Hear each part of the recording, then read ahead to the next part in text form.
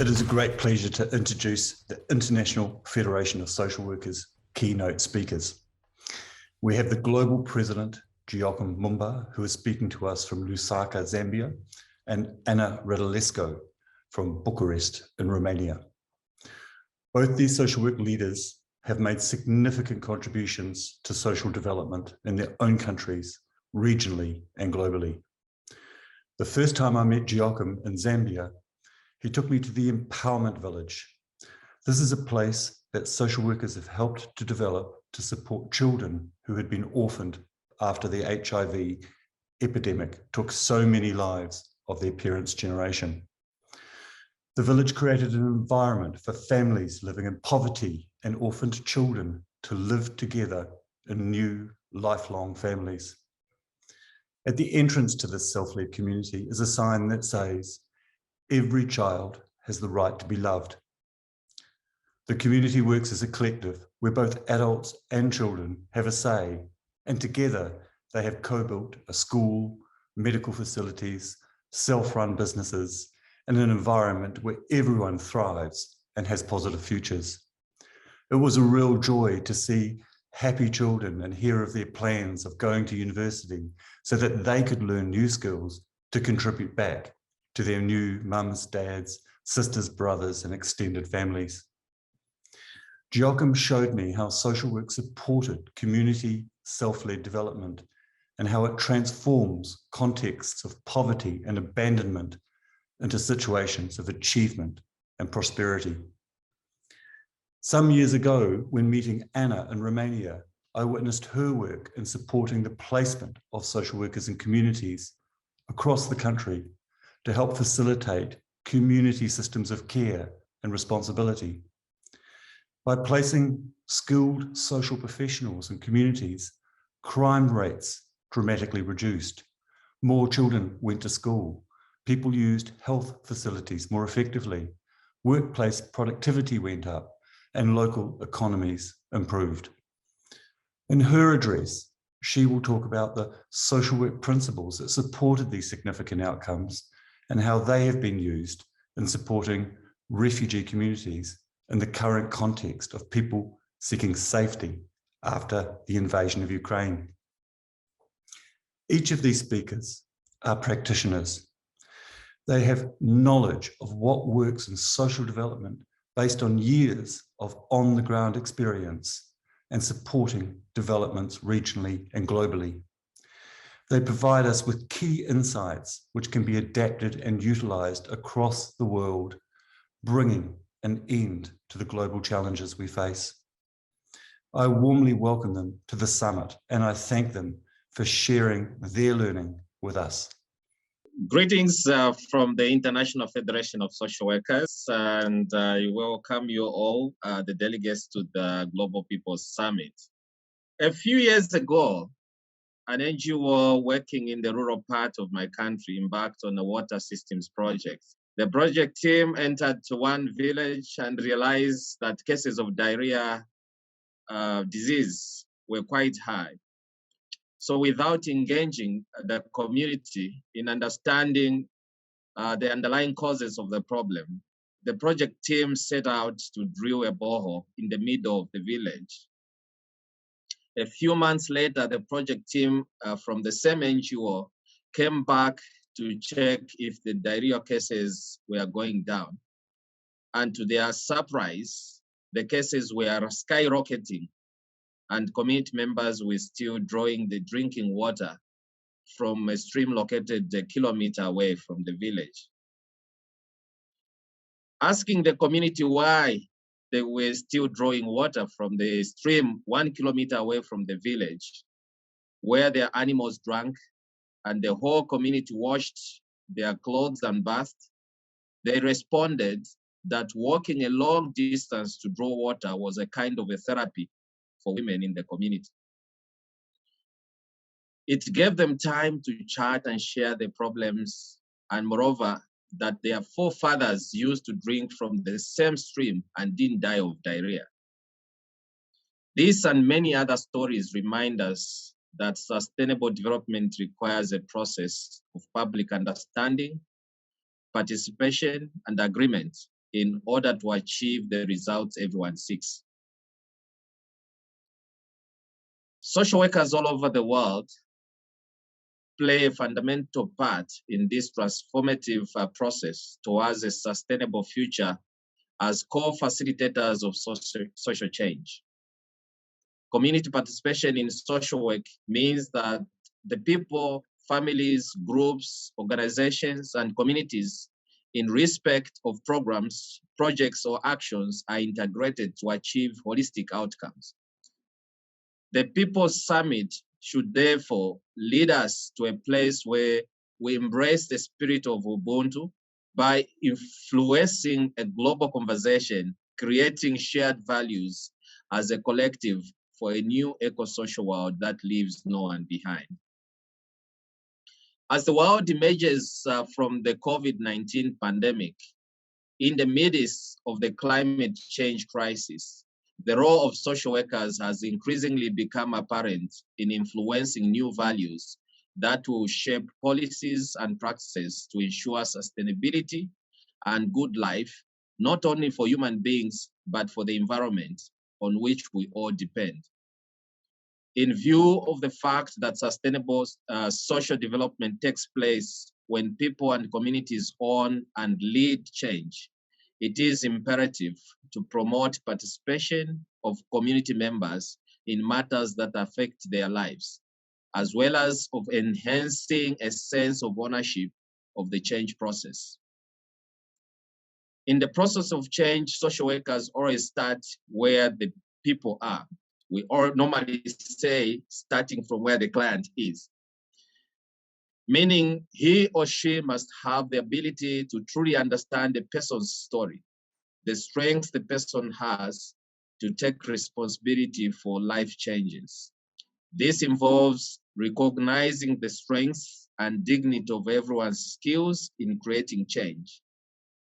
So when people who make up our communities have such respect from family, friends, neighbors, their communities and authorities, they thrive, build mutual reciprocal relationships, and work together to face complex problems for the benefit of everyone. Community members should always be regarded as a resource and not as a problem or beneficiaries of interventions by the so-called experts.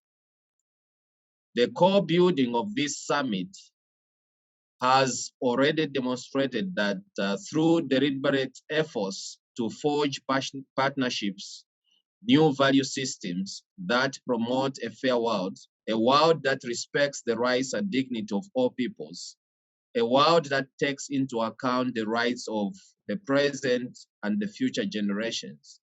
We have learned over the years through experience that our practice skills are shaped by our continuous learning from our environments and from the wisdom of people and their communities.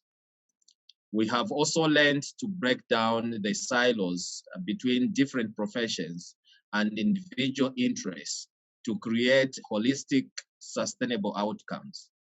This has therefore taught us that when people who make up our communities have reciprocal respect with practitioners, we together thrive, build mutual relationships, and work together to face complex problems for the benefit of everyone. The social work contribution to this summit highlights the transfer of decision-making from distant bureaucratic authorities to people.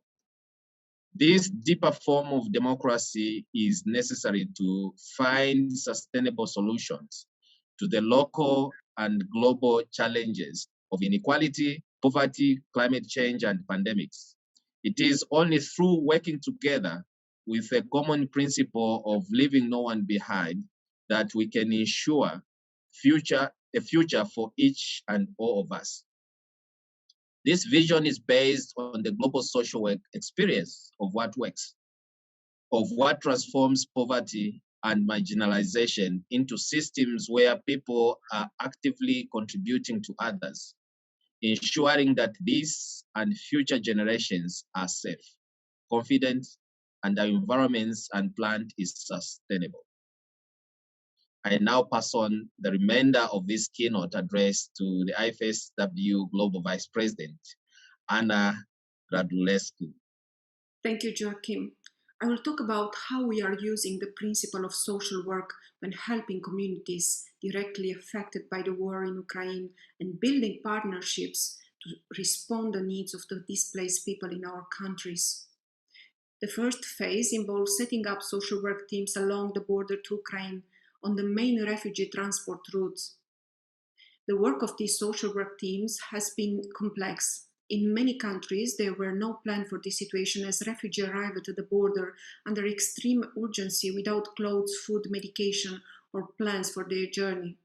The international learning of the social work profession was invaluable for advancing an immediate response regarding their social rights and support during such a difficult rescue trip. The social work teams, in partnership, quickly organized for the collection, transportation, and direct distribution of clothes, medicine, and food at the border and along the key points in the refugee journeys. Where possible, they coordinated complex government and NGO support at the hotspot to align action based on the right and the needs of displaced people. For social workers, the priority were connected with the right to be safe, to be treated with dignity, and to create a condition which empowered them to take their own decisions and make their own informed plans for the place to settle. For many refugees, this has meant they get the support to find work and for their children to be at school in the asylum countries. Social workers responded by successfully promoting temporary legal status for refugees. They work with employers, schools, hospitals, and in communities to build understanding and joint action between the refugee services and community involved. An additional challenging aspect of this phase has been eliminating organizing crime and attempts to traffic children and vulnerable isolated refugees. Social workers put in place many checks to expose and remove the risk for trafficking and advise refugees to never give their passport to anyone, as well as encouraging them to form peer online groups, to stay in constant contact with each other, reporting their whereabouts and any concerns. The second phase has involved the logistical challenge of getting medical, food, and other supplies into Ukraine. Teams of volunteers in the distribution countries, as well as drivers willing to work under work conditions, have been involved. To manage this complexity, social workers have built high trust and relationships at each point of the distribution system, and in many places, refugees and displaced people themselves are volunteers working alongside their communities. The third phase is now to co-build a new social system in Ukraine that provides sustainability, peace, and well-being for everyone. Throughout the global experience, IFSW has developed significant understanding about the strength of communities to support each other in war zone and to rebuild social support system after the conflict has stopped.